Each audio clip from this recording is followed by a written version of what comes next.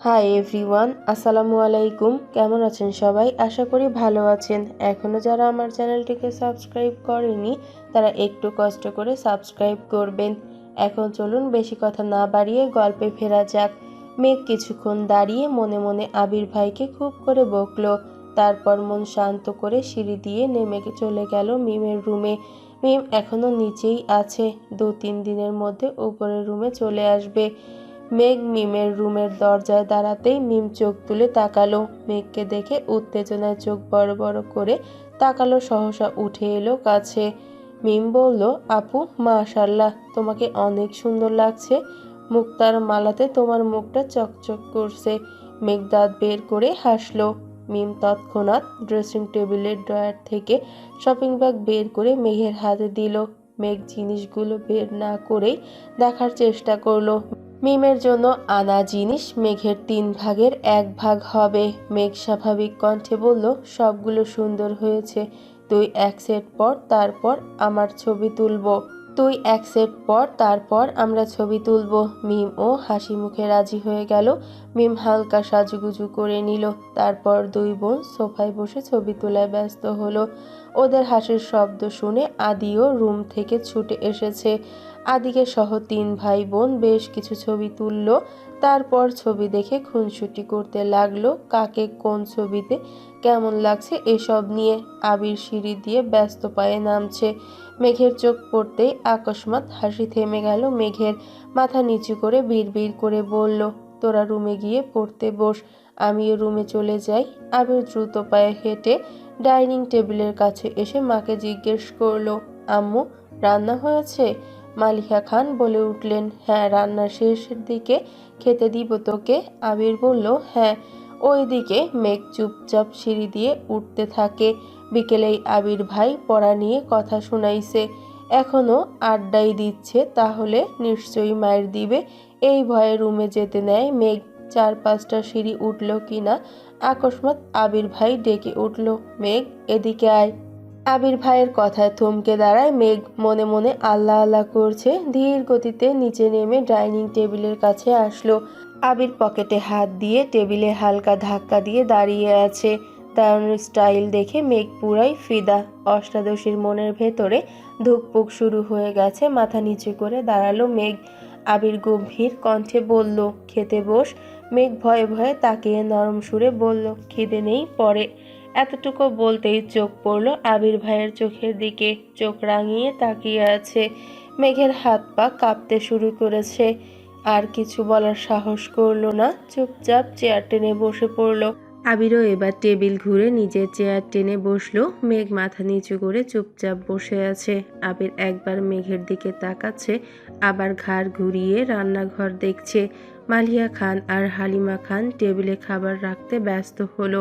আবির একটা প্লেটে ভাত দিয়ে এগিয়ে দিল মেঘের দিকে। ছোট্ট করে বলল, নে খা।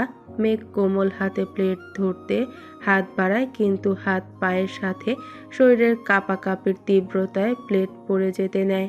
আবির ছেড়ে দিতে নিয়েও মেঘের এই অবস্থায় আবার প্লেট ধরতে ব্যস্ত হলো। রাগান্বিত কণ্ঠে বলল, তোর শরীরে কতটুকু শক্তি বুঝ এখন। হাত বাড়িয়ে মেঘের সামনে প্লেট রেখে নিজে খাওয়াতে মনোযোগ দিল।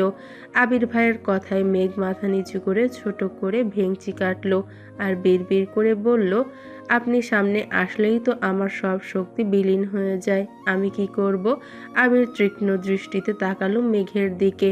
কণ্ঠ দ্বিগুণ ভারী করে বলল, তুই কি ভাত খাবি নাকি থাপ্পড় খাবি? মেঘ আবির ভাইয়ের কথায় আঁতকে উঠে আস্তে আস্তে খাওয়া শুরু করে। মেঘের এই ধীর স্থির গতিতে খাওয়া দেখে আবির বেশ কয়েকবার তীক্ষ্ণ দৃষ্টিতে তাকিয়েছে, কিন্তু কিছুই বলছে না। নিজের খাওয়ার শেষ করে বেসিন থেকে হাত ধুয়ে এসে পুনরায় চেয়ারে বসলো। মেঘ তখনও আস্তে আস্তে খাচ্ছিল, কিন্তু আবির ভাইয়ের আবার বসা দেখে বুকটা কেঁপে ওঠে। খাওয়ার গতিটা কিছুটা বাড়িয়ে দিয়েছে। আবির বিস্ময়কর চোখে তাকিয়ে আছে অষ্টাদশীর দিকে। গলায় মুক্তার মালাতে জল করছে মুখটা। আবির খুব মনোযোগ দিয়ে দেখছে মেঘের খাওয়া। মেঘ এক প্রকার নাকে মুখে খাবার শেষ করেছে, কিন্তু শেষ হওয়ার আগেই আবির ভাই আবারও প্লেটে খাবার দিল। মেঘ থাপ্পড়ের ভয়ে বলতে চেয়েও কিছু বলতে পারছে না।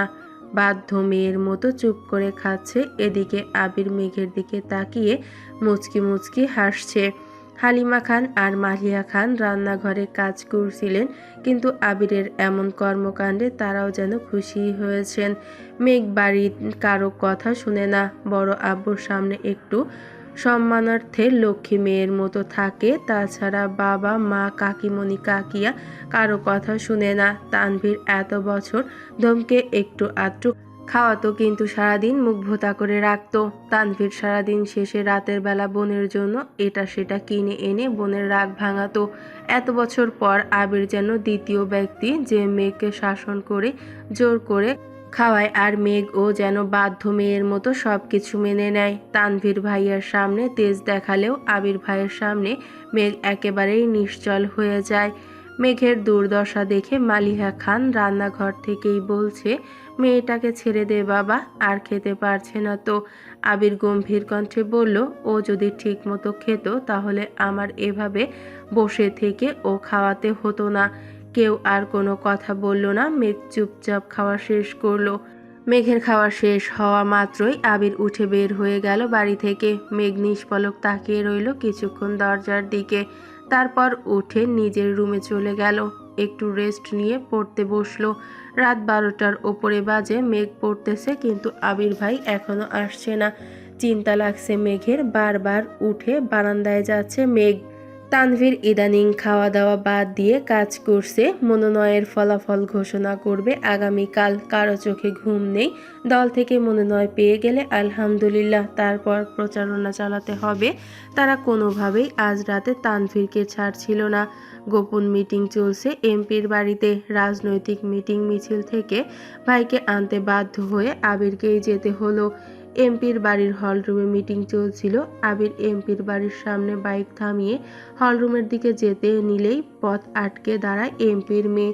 আবির চোখ গোল গোল করে তাকালো মেয়ের দিকে, রাশভারী কণ্ঠে বলল, পথ আটকে দাঁড়িয়েছেন কেন? মেয়েটা হাসি মুখে উত্তর দিল, আপনাকে আমার অনেক ভালো লাগে ভাইয়া, প্লিজ আপনার নাম্বারটা দিবেন? আবির কণ্ঠ দ্বিগুণ ভারী করে বলল, আপনাকে তানভীর বলেনি আমি একজনকে ভালোবাসি? মেয়ে এই কথা পাত্তাই দিল না, হাসতে হাসতে উত্তর দিল, আমি তো তানভীর ভাইয়ের কথা বিশ্বাস করিনি, উনি আমার সাথে মজা করেছেন। আবির গম্ভীর কণ্ঠে বলল, তানভীর সত্যি কথা বলেছে। মেয়ে এমনভাবে হাসছে যেন মনে হচ্ছে আবির জোকস বলেছে। আবির একটা দীর্ঘশ্বাস ফেলে রাগান্বিত কণ্ঠে বলল, শুনো মেয়ে, এই আমিময় আবির অন্য কারো মালিকানায় বন্দি। আমার জীবনের অস্তিত্ব জুড়ে শুধু তার রাজত্ব চলে। এমপির মেয়ে অবিশ্বাস্য চোখে তাকালো আবিরের দিকে।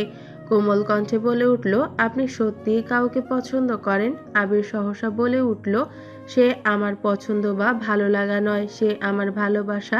আমি আমৃত্যু ভালোবাসবো তাকে। মেয়েটার চোখ টলমল করছে। এটা দেখে আবির এবার বিরক্তি নিয়ে বলল, শুনো, আমি শুধুই তোমার মোহ। দুদিন পর সব মোহ কেটে যাবে। আর যে সত্যি সত্যি তোমার জন্য আসবে সে তোমাকে কখনো অজুহাত দিবে না। তার কাছে তোমার প্রায়োরিটি থাকবে সবার প্রথমে, যেমন আমার কাছে সর্বোচ্চ প্রায়োরিটি আমার প্রেয়সী। আশা করি তুমি আমার কথাগুলো বুঝতে পেরেছো। তাই ভবিষ্যতে এমন কোনো কাজ করবা না বা এমন কোনো কথা বলবা না যে কারণে তোমার এই পাগলামিগুলো নিয়ে আমায় সিরিয়াস হতে হয়। ভালো থেকো। গম্ভীর কণ্ঠে কথাগুলো বলেই হলরুমের দিকে পা বাড়ালো আবির। পেছন থেকে এমপির মেয়ে ডেকে উঠল, সরি ভাইয়া, আর কখনো এমন হবে না, প্লিজ আব্বুকে কিছু বলবেন না প্লিজ। আবির মুচকি হাসলো। মেয়েটা যে তার কথা বুঝতে পেরেছে এতেই ভালো লাগলো আবিরের। হলরুমে ঢুকেই সালাম দিল এমপিকে। আবিরকে দেখে হ্যান্ডশেক করলেন এমপি। হাসি মুখে জিজ্ঞেস করলেন, কেমন আছো আবির? আবির স্বাভাবিক কণ্ঠে বলল, জি আলহামদুলিল্লাহ ভালো, আপনি কেমন আছেন? এমপি এবার চিন্তিত স্বরে বললেন, আলহামদুলিল্লাহ ভালো, তবে নির্বাচন নিয়ে একটু ঝামেলায় আছি। তা তোমার কোনো দরকার ছিল? আবির ঠান্ডা কণ্ঠে বলল, আসলে তানভীরকে নিতে এসেছিলাম, এত রাতে কিভাবে যাবে এজন্য। এমপি আবারও হাসি মুখে বললেন, মিটিং শেষ, খাওয়া দাওয়া করে চলে যেও। আবির বলল, আমরা খাবো না, অনেক রাত হয়ে গেছে, অন্য কোনো সময় খাবো। এমপিও আর জোর করলো না। আবির তানভীরকে নিয়ে বের হলো বাড়ি থেকে। বাইক আবিরের পেছনে চুপচাপ বসে আছে তানভীর। অনেকটা পথ যাওয়ার পর তানবীর ভয়ে ভয়ে বলল, ভাইয়া, এমপির মেয়ের সাথে দেখা হয়েছিল? আবির বলল, হ্যাঁ। তানবীর আস্তে আস্তে বলল, তাকে কি বোঝাতে পারছো? আবির গম্ভীর কণ্ঠে বলল, আমার বোঝানো তো বুঝিয়েছি, কিন্তু সে কতটা বুঝেছে এটা এখন মূল বিষয়। তানভীর এবার অভিযোগের স্বরে বলল, আমি কি করব বলো ভাইয়া? কোনো দরকারে এমপির সাথে দেখা করা, গুরুত্বপূর্ণ মিটিং, সব কিছু এমপির বাড়িতে হয়। আমার দেখা যায় প্রতিদিন অন্তত পক্ষে 2-1 বার এমপির বাড়িতে আসতেই হয়। আর এই মেয়ে যেন বসেই থাকে কখন আমি আসব, দেখলেই ছুটে আসে, তোমার কথা জিজ্ঞেস করে শুধু। আমি কতবার বলেছি তুমি একজনকে পছন্দ করো, বিয়ে ঠিক, মেয়ে কোনো কথাই পাত্তা দেয় না। আমি এড়িয়ে গেলেও মেয়ে পথ আটকে দাঁড়ায়। এমপির চোখে এটা পড়লে তো আমাকে কালারিং বানাবে, ভাববে মেয়ের সাথে আমার কিছু চলছে, তখন তো ঝামেলায় আমি ফাঁসবো, তাই তোমাকে বলছি। একদমে কথাগুলো বলল তানবীর। আবির স্বাভাবিক কণ্ঠে বলল, সমস্যা নেই মেয়ে, আশা করি আর কিছু বলবে না তোকে, তুই তোর কাজে মনোযোগ দিস। এর মধ্যে বাসায় চলে আসছে দুজন। প্রায় রাত 1:30টা। আবির ভাই বাড়িতে ঢুকলো বাইক নিয়ে, পেছনে তানভীর ভাইয়া। আবির ভাইকে দেখে মেঘের চিন্তিত মলিন মুখটা তৎক্ষণাৎ জলজল করে উঠছে। সেই 12টা থেকে অপেক্ষা করছে আবির ভাইয়ের জন্য। বারান্দায় দাঁড়িয়ে আকাশের তারা গুনে শেষ করে ফেলেছে মনে হয়, কিন্তু আবির ভাই আসছিল না। মেঘ দীর্ঘশ্বাস ফেলে প্রফুল্ল মেজাজে দেখতে লাগলো আবির ভাইকে। বাসায় ঢোকার আগ পর্যন্ত যতটা দেখা যাচ্ছিল, তারপর চুপচাপ শুয়ে ঘুমিয়ে পড়ল। সকালে আবির রুম থেকে বের হয়ে করিডোর থেকে নিচে তাকালো। ডাইনিং টেবিলে মেঘ নেই। এত রাত করে ঘুমানোর জন্য মেঘ সকালে ঘুম থেকে উঠতে পারেনি। আবির মেঘের দরজায় টোকা দিল। 2 বার শব্দ হতেই মেঘ ঘুমের মধ্যে টলতে টলতে এসে দরজা খুলে দিল। হাত দিয়ে চোখ কসলাতে কসলাতে তাকালো। সহসা অক্ষিযুগল বিপুল হলো মেঘের। আবির বিমোহিত লোচনে চেয়ে আছে অষ্টাদশীর মুখের পানে। সদ্য ফুটে ওঠা পদ্ম ফুলের ন্যায় সুন্দর লাগছে মেঘকে। খুব করে চাইছে দৃষ্টি সরাতে, কিন্তু পারছে না। আবির ভাইকে দেখে মেঘের বুকের ভেতরে সেই ঢিপ ঢিপ আওয়াজ স্পষ্ট বোঝা যাচ্ছে। মেঘ মুখ ফুসকে ডেকে উঠল, আবির ভাই। তৎক্ষণাৎ ঘোর কাটল আবিরের, কিছুটা নড়ে চড়ে উঠল। আবির ঠান্ডা কণ্ঠে শুধালো, এত রাতে বেলকুনিতে দাঁড়িয়েছিলি কেন? আবির ভাইয়ের প্রশ্ন শুনে আঁতকে উঠে মেঘ। আকস্মাৎ চিরচেনা গতরে কাঁপাকাঁপি তীব্র হয়ে ওঠে। বুকের ভেতরে হাঁসফাঁস শুরু হয়েছে। হৃদস্পন্দন অনেক বেড়ে জোরালো হলো। চিবুক নামিয়ে চাপা কণ্ঠে বলল, রাতে ঘুম ভেঙে গেছিল। আবির ভ্রু কুঁচকে তাকালো। সহসা গম্ভীর কণ্ঠে বলে উঠল, ঘুম ভেঙেছিল নাকি ঘুমাতেই যাসনি? সত্যি করে বল। আবির ভাইয়ের সামনে দাঁড়িয়ে মিথ্যে কথা বলার সাহস অষ্টাদশীর এখনো হয়নি। ভয়ে ভয়ে বলল, ঘুম আসছিল না। আবির এবার ভ্রু নাচিয়ে শুধালো, কেন? মেঘ আর কিছু বলতে পারছে না, মনে হচ্ছে কথা আটকে আসছে গলায়, কোনো আওয়াজ বের হচ্ছে না মুখ থেকে। আবির শ্বাস ছেড়ে ভারী কণ্ঠে বলল, কি হলো? আবির ভাইয়ের ভারী কণ্ঠে চুপসে গেল মেঘ। বিড়বিড় করে বলল, আপনার জন্য। আবির তীক্ষ্ণ দৃষ্টিতে তাকায়। কয়েক মুহূর্ত নিবিড় থেকে কণ্ঠ 3 গুণ ভারী করে বলল, কেন মেতেছিস ধ্বংসের খেলায়? মেঘ কখনো অনিশ্চিত ভবিষ্যতের পেছনে ছুটবি না। নিজের লক্ষ্য স্থির না করলে জীবনে কখনো সফল হতে পারবি না।